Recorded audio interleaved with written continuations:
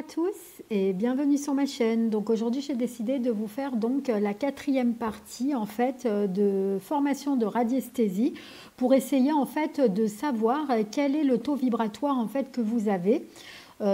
Soit d'un objet, soit de vous-même, hein, peu importe. Donc ça peut être aussi d'une pierre, hein, le taux de vibratoire d'une pierre, ça peut être possible aussi.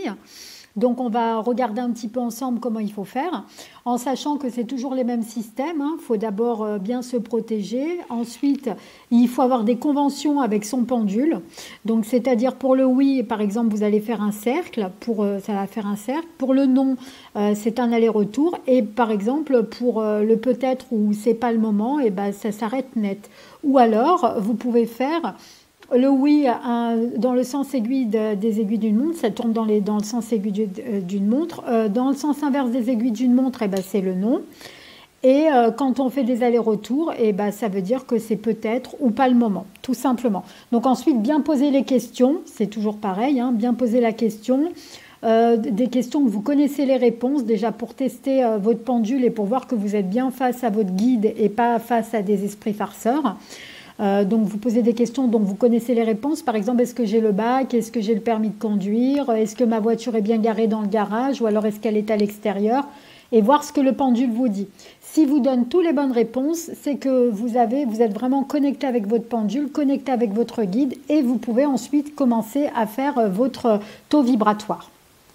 Donc pour le taux vibratoire, c'est très simple. Vous prenez un pendule en fait avec une pierre. Moi en général, je prends toujours l'obsidienne noire parce que c'est ma pierre préférée et c'est une pierre qui est protectrice. Donc du coup, je pars du principe que c'est sympa d'avoir ça.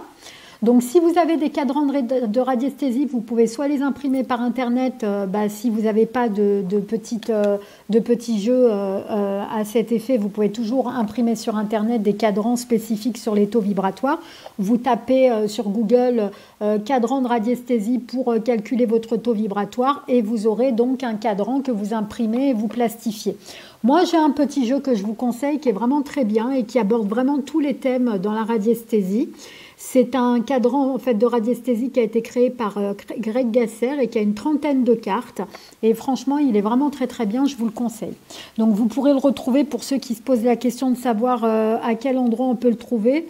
Vous pourrez le retrouver en fait grâce à ce site internet, hein, si celui-ci vous intéresse. Donc c'est vraiment quelque chose de sympa hein, pour ceux qui débutent là-dedans. Je vous le recommande fortement. Et puis ça évite de faire des impressions de cadrans pour ceux qui n'ont pas spécifiquement d'imprimante chez eux, ni de connexion internet sur un ordinateur fixe. Hein, c'est un petit peu compliqué des fois d'avoir tout ça. Donc je vous conseille d'avoir ce petit jeu. Franchement, il n'est pas cher du tout et il va vraiment très très bien. Il fera très bien l'affaire pour ce qu'on veut faire. Donc on va basculer donc de manière à ce que vous puissiez bien voir les cartes et voir comment je fonctionne et comme ça on va pouvoir commencer.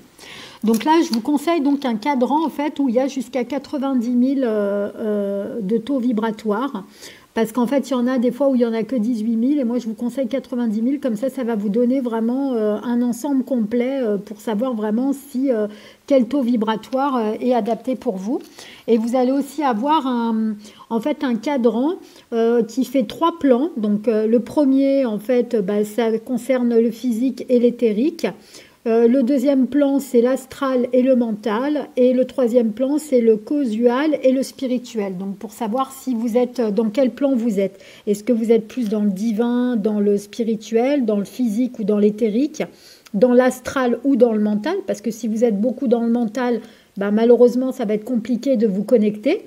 Par contre, si vous êtes plus dans le spirituel ou dans le divin, ça veut dire que vous avez vraiment des connexions avec des hautes entités, hein, tout simplement. Donc, ça peut être le divin, c'est des hautes entités, hein, c'est pas spécialement Dieu, hein, parce que bon, on va pas se prétendre non plus d'avoir la connexion directe avec Dieu, mais par contre, voilà, vous pourrez par exemple parler avec des archanges, des guides de lumière, des guides. Et spirituel, ça peut être aussi des défunts, hein, ça peut être des défunts aussi qui sont bien évolués, ça peut être aussi des défunts tout simplement en fonction de leur niveau, tout simplement, hein, d'énergie. Donc là, vous allez avoir donc une planche qui est comme ça, de radiesthésie. Et donc, on va commencer donc par le taux vibratoire. Donc, vous allez bien donc mettre votre coude bien placé sur la table, de manière à ce que vous puissiez être stable pour pouvoir vraiment utiliser le pendule, hein, tout simplement.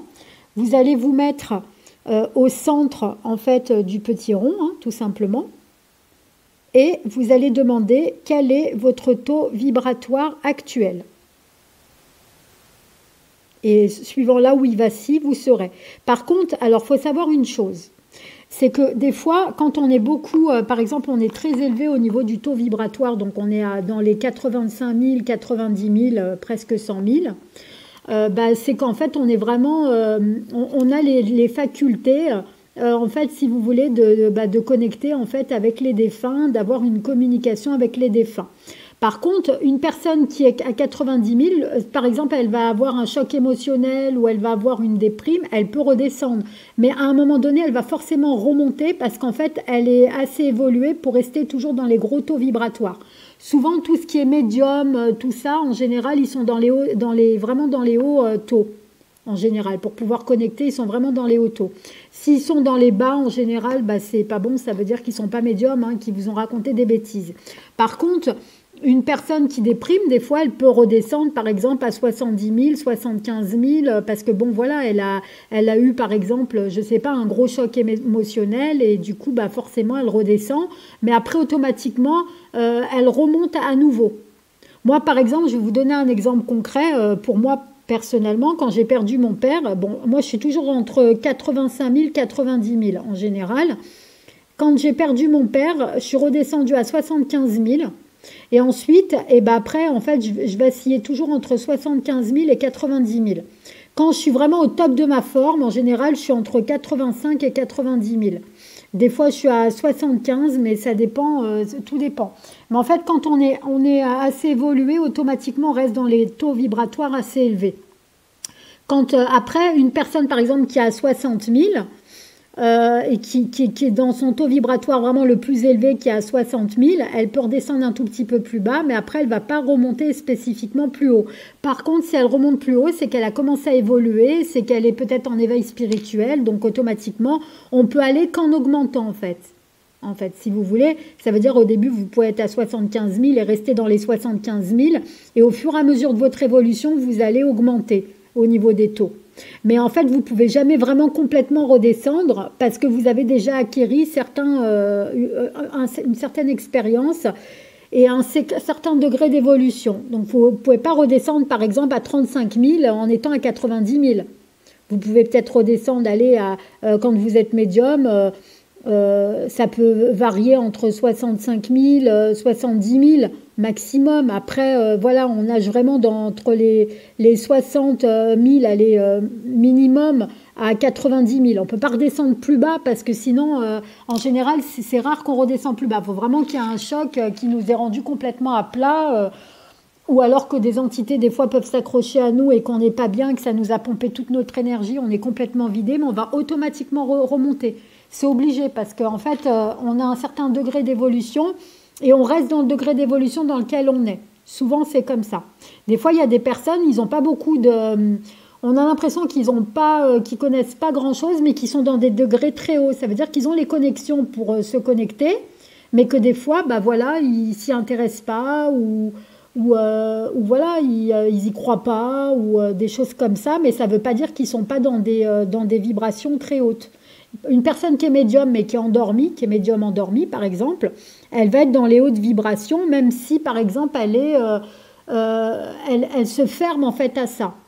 Mais automatiquement, elle va forcément, on va dire, rester dans ces vibrations-là, parce qu'elle évoluait par rapport à une vie antérieure, par rapport à ses degrés d'évolution, on va dire, mais des fois, elle n'est pas consciente qu'elle a ce genre de degré d'évolution. D'où l'intérêt, en fait, d'avoir vraiment de connaître le taux vibratoire pour pouvoir justement savoir à quel niveau on se trouve.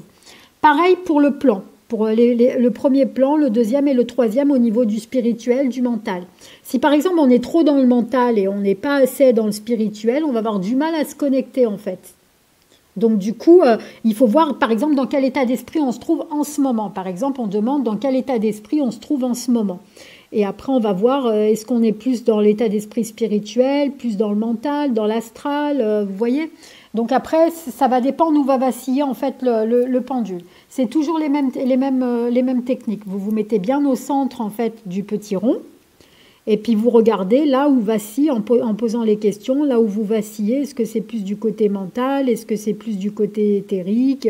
Est-ce que c'est plus du côté... Normalement, le pendule, il doit vaciller en fait, par exemple, toujours à un endroit. Et il doit rester stable. S'il est toujours stable au même endroit, c'est que vous êtes vraiment dans le bon truc. Mais s'il va à plusieurs endroits à la fois, bah, c'est que vous n'êtes pas encore... Il faut vraiment attendre jusqu'à ce qu'il aille vraiment dans le bon... dans la bonne rubrique, tout simplement. Donc voilà les amis, bah, j'espère en tout cas que cette petite vidéo vous aura fait plaisir et aura pu vous aider pour votre petite formation au niveau de la radiesthésie. Si c'est le cas, n'hésitez pas à vous abonner à la chaîne si ce n'est pas déjà fait, de mettre un petit pouce bleu, ça fait toujours plaisir et ça permet à la chaîne en fait de pouvoir monter dans les statistiques. Et nous, on se retrouve très vite pour de prochaines vidéos les amis. À très bientôt.